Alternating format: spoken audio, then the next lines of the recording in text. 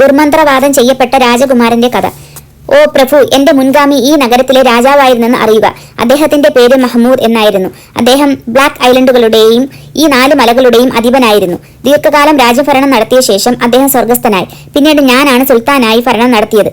പിതൃ സഹോദര പുത്രിയെയാണ് ഞാൻ വിവാഹം കഴിച്ചത്. അവൾ എന്നെ അങ്ങേയറ്റം ആത്മാർത്ഥതയോടെ സ്നേഹിച്ചു. എന്റെ അസാന്നിധ്യത്തിൽ അവൾ ജലപാനം പോലും ചെയ്തിരുന്നില്ല. ഞങ്ങൾ നല്ല ഭാര്യ ഭർത്താക്കന്മാരായി 5 വർഷം കഴിഞ്ഞു. ഒരു ദിവസം അവൾ ഹമാമിൽ കുളിക്കാനായി പോയി. ഞാൻ പാചകക്കാരിയോട് വേഗം അത്താഴം തയ്യാറാക്കാൻ ഉത്തരവ് കൊടുത്തു. പിന്നെ ഞാൻ ഈ കൊട്ടാരത്തിൽ വന്ന് പതിവായി കിടന്നുറങ്ങാറുള്ള കട്ടിലിൽ വന്ന് കിടന്നു. 2 യുവതികളോട് എന്നെ വീശാൻ പറഞ്ഞു. ഒരാൾ എന്റെ തലയ്ക്കലും മറ്റവൾ കാൽക്കലും ഇരുന്നു. എന്നാൽ എന്റെ ഭാര്യയുടെ അസാന്നിധ്യം എന്നെ വിഷമിപ്പിക്കുകയും അസ്വസ്ഥനാക്കുകയും ചെയ്തു. എനിക്ക് ഉറങ്ങാൻ കഴിഞ്ഞില്ല. എന്റെ കണ്ണുകൾ അടഞ്ഞിരുന്നെങ്കിലും എന്റെ മനസ്സും ചിന്തകളും പൂർണ്ണമായും തുറന്നിരുന്നു. അപ്പോൾ എന്റെ തലയ്ക്കൽ ഇരുന്ന അടിമ പെൺകുട്ടി കാൽക്കൽ ഇരുന്നവളോട് പറയുന്നത് ഞാൻ കേട്ടു. ഓ മസൂദ, നമ്മുടെ യജമാനന്റെ സ്ഥിതി എത്ര ദയനീയമാണ്. ഈ യുവത്വം വ്യഥ പാഴാക്കുന്നല്ലോ. ശപിക്കപ്പെട്ട വ്യഭിചാരിണിയായ നമ്മുടെ യജമാനത്തിയുടെ വഞ്ചന മഹാകഷ്ടം തന്നെ. അവൾ മറുപടി നൽകി, അതെ, തീർച്ചയായും എല്ലാ വിശ്വാസവഞ്ചകരായ സ്ത്രീകളെയും പരപുരുഷ ബന്ധം വെക്കുന്നവരെയും അള്ളാഹ് ശപിക്കട്ടെ. സൽഗുണസമ്പന്നനായ നമ്മുടെ യജമാനനോടുള്ള രാത്രി സഞ്ചാരിയായ ഈ അഭിസാരികയുടെ പെരുമാറ്റം കൂടുതൽ കടുത്ത ശിക്ഷ അർഹിക്കുന്നുണ്ട്. അപ്പോൾ തലയ്ക്കൽ ഇരുന്നവൾ പറഞ്ഞു, നമ്മുടെ യജമാനൻ എന്തു മൂടനാണോ, ബ്ലാ ബ്ലാ എന്ന് സംസാരിക്കാൻ മാത്രമേ കൊള്ളൂ, അവരെ ചോദ്യം ചെയ്യാൻ അറിയില്ല.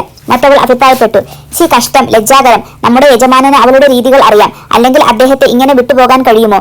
അല്ല, അതിനു പുറമെ അദ്ദേഹം ഉറങ്ങാൻ കിടക്കുന്നതിന് മുമ്പ് കുടിക്കുന്ന വീഞ്ഞിൽ അവൾ മയക്കുമരുന്ന് കലർത്തുന്നില്ലേ? ഫാങ്, അപ്പോൾ അദ്ദേഹം സുഖമായി കിടന്നുറങ്ങും. അവർ എവിടെ പോയെന്നോ എന്ത് ചെയ്തെന്നോ അദ്ദേഹം അറിയില്ല. എന്നാൽ നമ്മൾക്കറിയാം, മയക്കുമരുന്ന് ചേർത്ത് വീഞ്ഞ് അദ്ദേഹത്തിന് കൊടുത്ത ശേഷം തന്റെ ഏറ്റവും വിലപിടിച്ച വസ്ത്രങ്ങൾ ധരിച്ച് ഏറ്റവും വില കൂടിയ പെർഫ്യൂം അടിച്ച് അവർ അദ്ദേഹത്തെ വിട്ടു പോകുന്നു എന്നത്. രാത്രി മുഴുവൻ പുറമേ ചെലവഴിച്ച് അദ്ദേഹത്തിനരികിൽ തിരിച്ചെത്തുന്നു. പിന്നെ മരുന്ന് പുരട്ടിയ പഞ്ഞി മൂക്കിന് കീഴെ പിടിച്ച് കത്തിക്കുമ്പോൾ ചത്തതുപോലുള്ള ഉറക്കത്തിൽ നിന്നും അദ്ദേഹം ഉണരുന്നു. ആ അടിമ പെൺകുട്ടികളുടെ വാക്കുകൾ ഞാൻ കേട്ടപ്പോൾ എനിക്ക് മുന്നിൽ വെളിച്ചമുണ്ടെങ്കിലും അവിടെ ഇരുട്ട് വ്യാപിച്ചിരിക്കുകയാണെന്ന് എനിക്ക് തോന്നി. രാത്രി ഒരിക്കലും മാറില്ലെന്ന്. അപ്പോഴേക്ക് എന്റെ ഭാര്യ കുളിമുറിയിൽ നിന്നും കുളി കഴിഞ്ഞ് തിരിച്ചെത്തി. അവർ ഞങ്ങൾക്ക് വേണ്ടി മേശമേൽ ഭക്ഷണം നിരത്തി. പതിവ് പോലെ വീഞ്ഞു കുടിച്ചും ആഹാരം കഴിച്ചും 1/2 മണിക്കൂർ ഒന്നിച്ചിരുന്നു. പിന്നെ അവൾ ഞാൻ ഉറങ്ങുന്നതിന് മുമ്പ് കുടിക്കാറുള്ള പ്രത്യേക വീഞ്ഞു കൊണ്ടുവരാൻ പറഞ്ഞു. ആ വീഞ്ഞു കപ്പ് എത്തി. പതിവിനനുസരിച്ച് കുടിക്കുന്ന പാവത്തിൽ ഞാനത് നെഞ്ചിലെ തുണിയിലേക്ക് കമിഴ്ത്തി നെത്തയിൽ കിടന്നു. ഉറങ്ങിയതുപോലെ അവൾ കേൾക്കാനായി കൂർക്കം വലിച്ചു. അപ്പോൾ അതാ നോക്കൂ, അവൾ വിളിച്ചു പറഞ്ഞു, രാത്രി മുഴുവൻ കിടന്നുറങ്ങൂ. ഒരിക്കലും ഇനി എഴുന്നേൽക്കരുത്. അല്ലാഹ്, ഞാൻ നിങ്ങളെ വെറുക്കുന്നു, നിങ്ങളുടെ ശരീരത്തെ വെറുക്കുന്നു. നിങ്ങളുമായി ശാരീരിക ബന്ധത്തിൽ ഏർപ്പെടുമ്പോൾ എന്റെ മനസ്സ് പിൻവലിയുന്നു. അല്ലാഹ് നിങ്ങളുടെ ജീവൻ എപ്പോൾ എടുക്കും എന്ന് ഞാൻ ഓർത്തു പോകുന്നു. പിന്നെ അവൾ തന്റെ ഏറ്റവും നല്ല വസ്ത്രങ്ങൾ അണിഞ്ഞ് ഏറ്റവും വില കൂടിയ പെർഫ്യൂം പൂശി കഴുത്തിൽ എന്റെ വാള് തൂക്കിയിട്ട് കൊട്ടാര ഗേറ്റ് തുറന്ന് സ്വന്തം ദുർമാർഗത്തിലൂടെ അവൾ പോയി. ഞാൻ എഴുന്നേറ്റ് അവൾ പോയ വഴിയിലൂടെ അവളെ പിന്തുടർന്നു. അവൾ നഗര കവാടത്തിലെത്തിയപ്പോൾ എന്തോ പറഞ്ഞു. ആ വാക്കുകൾ എനിക്ക് മനസ്സിലായില്ല. എന്തായാലും ആ ഗേറ്റിന്റെ താഴുകൾ മുറിച്ചിട്ടതുപോലെ സ്വയം താഴെ പതിച്ചു. അങ്ങനെ അവൾ പുറത്തു കടന്നു. അവൾ അറിയാതെ ഞാൻ അവളെ പിന്തുടർന്നു. ഒടുവിൽ നഗരാതിർത്തിയിലെ ചപ്പു ചവറുകൾ കൂട്ടിയിട്ട് ഒരു കുന്നിനടുത്തെത്തി. അവിടെ മുള്ളുവേലിക്കുള്ളിൽ കളിമണ്ണിഷ്ടിക കൊണ്ട് നിർമ്മിക്കപ്പെട്ട ഒരു കുടിൽ ഉണ്ട്. അവൾ അതിൽ കടന്ന് ആ കുടിലിലേക്ക് പ്രവേശിച്ചപ്പോൾ ഞാൻ മേൽക്കുരയിൽ കയറി ഉൾവശം കാണാവുന്ന ഒരു സ്ഥലത്ത് ഇരിപ്പുറപ്പിച്ചു. എന്റെ സുന്ദരിയായ കസിൻ അതാ നോക്കൂ, ഒരു വൃത്തികെട്ട നീഗ്രോ അടിമയുടെ അടുക്കളയിലേക്ക് പോയി. അയാളുടെ മേൽചുണ്ട് ഒരു പാത്രത്തിന്റെ മൂടി പോലെയും കീഴ്ചുണ്ട് തുറന്നു വെച്ച ഒരു പാത്രം പോലെയും ഉണ്ട്. കട്ടിലിനടിയിലെ മണൽത്തരികൾ ചുണ്ടുകൾ സ്പർശിക്കുന്നുണ്ടോ കണ്ടാൽ തോന്നും. അയാളെ കാണാൻ ഒരു കുഷ്ഠരോഗിയോ വാതരോഗിയോ പോലുണ്ട്. വൈകോൽ വിരിച്ച കിടക്കയിലാണ് കിടക്കുന്നത്. വൃത്തികെട്ട കീറ തുണി കൊണ്ട് പുതച്ചിരിക്കുന്നു. അവൾ അയാളുടെ മുന്നിലെ നിലത്ത് ചുംബിച്ചു. അയാൾ അവളുടെ മുഖം ശരിക്കും കാണാൻ വേണ്ടി തല ഉയർത്തിക്കൊണ്ട് പറഞ്ഞു, നീ മുടിഞ്ഞു പോകട്ടെ. ഇത്രയും നേരമായി നീ വരാതിരുന്നത് എന്താണ്? ഇവിടെ എന്നോടൊപ്പം നാനാതരത്തിലുള്ള നീഗ്രോ സഹോദരന്മാർ ഉണ്ടായിരുന്നു.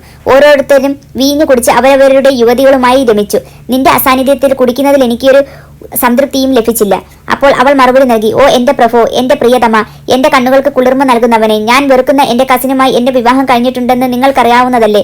അയാളുടെ സാന്നിധ്യം തന്നെ എനിക്ക് അറപ്പാണ്. നിങ്ങൾക്ക് വേണ്ടി ഞാൻ ആരെയും പേടിക്കുന്നില്ല. അയാളുടെ നഗരം കഴുകന്മാരും മൂങ്ങകളും കുറുക്കന്മാരും ചെന്നായികളും ബഹളം വെച്ച് വിഹരിക്കുന്ന ഒരു തകർന്ന സ്ഥലമാക്കി ഞാൻ മാറ്റും. മൗണ്ട് ഹാഫിന്റെ പിൻവശത്തേക്ക് അതിന്റെ അസ്ഥിവാരം ഞാൻ മാറ്റിക്കഴിഞ്ഞു. നീഗ്രോ അടിമ പറഞ്ഞു, നീ നുണ പറയുകയാണ്, നശിച്ചവൾ. നീഗ്രോകളുടെ ശൗര്യവും അന്തസ്സും അടിസ്ഥാനമാക്കി ഞാനിതാ ശപഥം ചെയ്യുന്നു. ഇന്നു മുതൽ നീ ഇപ്രകാരം ഒഴിഞ്ഞു മാറി നിൽക്കുകയാണെങ്കിൽ ഞാൻ നീയുമായി യാതൊരു സ്നേഹബന്ധത്തിനുമില്ല, നീയുമായി യാതൊരുവിധ ലൈംഗിക ബന്ധത്തിനുമില്ല. സ്ഥിരബുദ്ധിയില്ലാത്തവളെ, നിന്റെ വൃത്തികെട്ട കാമാസക്തി തൃപ്തിപ്പെടുത്താൻ ഇനി ഞാനില്ല. കൊടിച്ചിപ്പട്ടി, ദുഷിച്ചവൾ, വെളുത്ത നികൃഷ്ടികളിൽ വെച്ച് ഏറ്റവും നികൃഷ്ടയായവളെ. ഞാനവന്റെ വാക്കുകൾ കേട്ടപ്പോൾ, ഈ വൃത്തികെട്ടവർ തമ്മിൽ നടക്കുന്ന കാര്യങ്ങൾ നേരിട്ട് കണ്ടപ്പോൾ എനിക്ക് മുന്നിൽ ഈ ലോകം ഇരുളടഞ്ഞതുപോലെ തോന്നി. ആ സ്ഥലം ഏതാണെന്ന് പോലും മനസ്സിലാകാത്ത പോലെ. എന്നാൽ എന്റെ ഭാര്യ വിനീതയായി ആ അടിമയുടെ മുന്നിൽ നിന്ന് കരയുകയും മുഖസ്തുതി പറഞ്ഞ് അവനെ മയക്കാൻ ശ്രമിക്കുകയും ചെയ്യുന്നു. ഓ എന്റെ പ്രിയനെ, എന്റെ ഹൃദയേശ്വര, അങ്ങല്ലാതെ എന്നെ സന്തോഷിപ്പിക്കാൻ ആരുമില്ല. അങ്ങ് എന്നെ തള്ളിക്കളഞ്ഞാൽ ആരാണ് എന്നെ സ്വീകരിക്കുക? ഓ എന്റെ പ്രീതമ്മ, എന്റെ കണ്ണുകളിലെ പ്രകാശമേ. അവൾ കരച്ചിൽ നിർത്താതെ സ്വയം ഇടിച്ചു താഴ്ത്തിക്കൊണ്ട് പറഞ്ഞുകൊണ്ടേയിരുന്നു. ഒടുവിൽ പരസ്പരം യോജിപ്പിലെത്തുവാനായി അവൻ സമ്മതിച്ചു. അപ്പോൾ അവൾ അതീവ സന്തോഷത്തോടെ ചാടി എഴുന്നേറ്റ് സ്വന്തം വസ്ത്രങ്ങളെല്ലാം ഊരി മാറ്റി, പെറ്റിക്കോട്ടും ട്രൗസറും പോലും. പിന്നെ അവൾ പറഞ്ഞു, ഓ എൻ്റെ നാഥ, അങ്ങയുടെ പെണ്ണിന് കഴിക്കാനായി ഇവിടെ എന്താണ് ഉള്ളത്? ആ പ്ലേറ്റ് ഒന്ന് പൊക്കി നോക്കൂ. അവൻ പിറുപിറുത്തു. ഞങ്ങൾ കഴിച്ച കുറച്ച് എലികളുടെ വറുത്ത എല്ലുകൾ അതിൻ്റെ അടിയിൽ കാണാം. അതെടുത്ത് ആ അഴുക്ക് വെള്ളം ഒഴിച്ചു വെക്കാറുള്ള കലത്തിനടുത്തേക്ക് ചെല്ലുക. ഞങ്ങൾ കഴിച്ചു ബാക്കിയുള്ള വീഞ്ഞ് അതിലേക്ക് ഒഴിച്ചിരുന്നു. അത് നിനക്കെടുത്ത് കുടിക്കാം.